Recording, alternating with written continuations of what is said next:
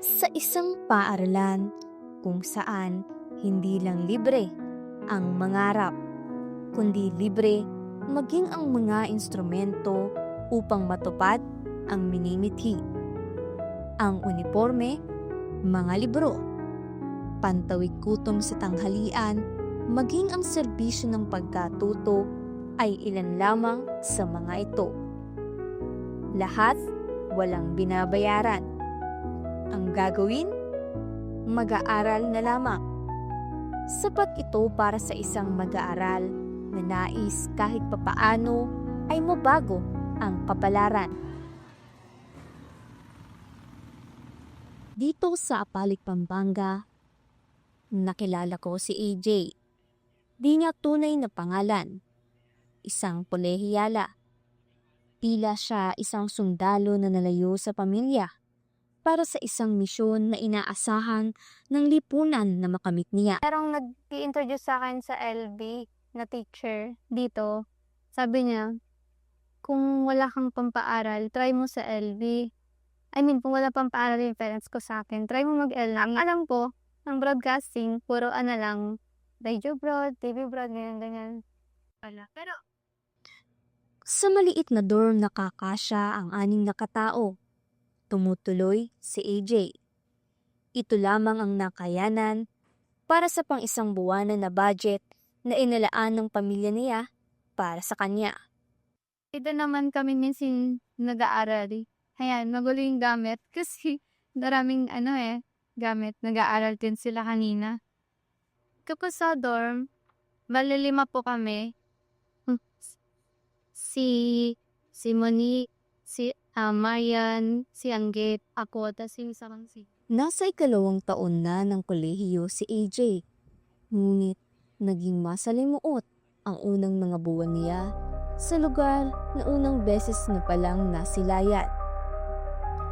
4 na beses na pala siyang sinugot sa diagnostic center. Isang klinika dito sa Apalit. Iba-ibang kaso, iba-ibang dahilan. Ngunit pare-parehong ang dulot ay sakit. Na-confine ako nung August. Noon po kasi, sumasakit, weeks ko na nararamdaman na sumasakit na yung tagiliran ko. Tapos, akala ko normal lang. Kasi nga, lagi akong pinakabag. Then, pero nararamdaman ko parang tumitigas na patagal ng patagalin sa tagiliran ko. Tapos, normal pa ba to? Ang sinususpetsyo daw po ng doktor, kung hindi po appendicitis, sa dugo po yung problema kasi mayroon pa ding infection. So, ang sabi po nakalagay po dun sa may MedCert, acute appendicitis daw po, tsaka UTI. Dilata, noodles, mga processed foods. Mura kasi, kaya madalas na kinakapitan kapag nagigipit. Sa isang kabataang ngayon lamang nawalay sa magulang, kinakapa, hindi lang ang mga gamit sa dilim, kundi ang ilalaman sa sikmura. Sa aking panayam sa schoolers ng La Verdad Christian College, nalaman ko ang dami ng kaso ng mga sakit na naidudulog sa kanya. Last year, meron tayo 2,970 colostomy deaths. Tapos, pero pa dun yung 104 na mga athletes natin na for medical din.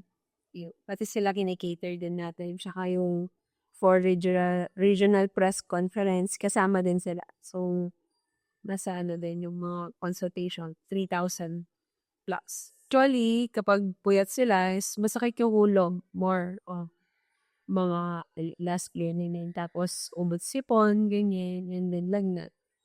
Nadalang din, halos kasi yung mga estudyante din natin, hanggat kaya nila, gusto pa rin nilang pumasok.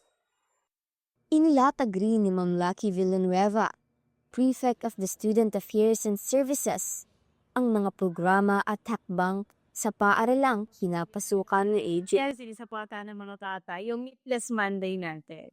So at least meron tayo isang araw na na hindi ka muna kakain ng mga meat na red meat. Pangalawa, meron din tayo yung sa ano natin ngayon, sa clinic natin ngayon, bandang part ng mga November siguro, mag-start na yan ng submission ng mga health record ng mga students. Nag-acquire pa yun nung mga health-related videos sa MCGA Pro. Sisingit kami at least every 2 weeks, magpapalabas na sa isa doon na napapanahon.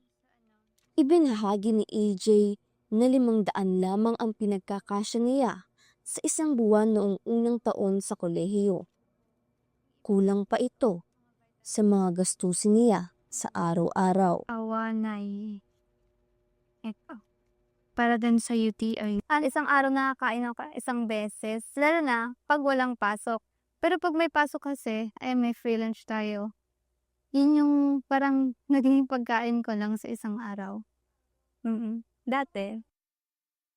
Sa part po kasi namin, mahirap talaga. Kasi lalo na po ako nasa malayo magulang ko. Hindi ko po alam kung yung pinapadala phone nila sa akin, tarang inuutang lang nila. Tapos, mababaon po sila sa utang. Hindi ko alam. Tas ano po, kumbaga sa akin po sa part ko, nagigilty ako na alam ko po yung yung status ng pamilya ko. Then, malalaman ko na lang, may magsasabi sa akin na inuutang lang pala nila mama yung napadala nila sa akin. Tapos, BHW o Barangay Health Worker ang ina ni AJ sa Aurora. Hindi pa permanente ang posisyon nito.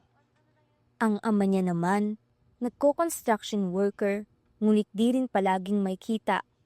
Samantala, sa kabila nito, 2 na sa kapatid ni AJ ang nakapagtapos sa kolehiyo.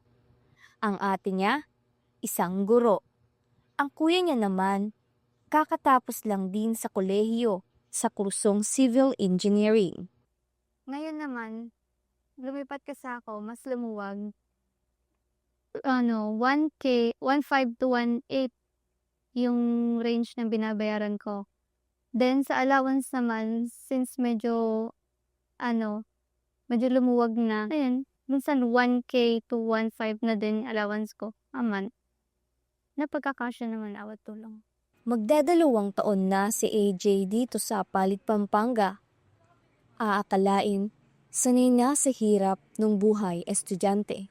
Igorot po kasi kami. Tapos yun po, dahil doon, nung high school ako, nakalibre ako ng mga miscellaneous fee, ganyan. Sa nilagdaang Memorandum of Understanding ng Commission on Higher Education at PhilHealth nitong March 27, 2025, 500,000 estudyante sa kolehiyo ng Tertiary Education Subsidy at Tulong Dunong Program na kabilang sa pinakamahirap na pamilya ang maaaring makatanggap ng libreng access sa primary healthcare services. Makakatanggap kaya si AJ? Naging conscious ako sa health ko. Kasi kumbaga ngayon, mas nalilimit ko na yung mga pag-consume ng mga processed foods, tas mga instant noodles. Sa ngayon, mas na ako sa tubig. Lagi ko dala tumbler ko kahit saan ako pumunta. Kasi mahirap ma-dehydrate eh. Sa pag-ahon sa kahirapan, hindi dapat mabigat ang tubig na pasan-pasan. Katulad ni AJ na may pangarap sa sarili at sa pamilya na maipinta ang kapalaran sa malinis na papel na ikakaloob ng taas. Lakas at maayos na kalusugan ang puhunan upang makatayo at makalakad sa daan patungo sa minimithing Arapaap.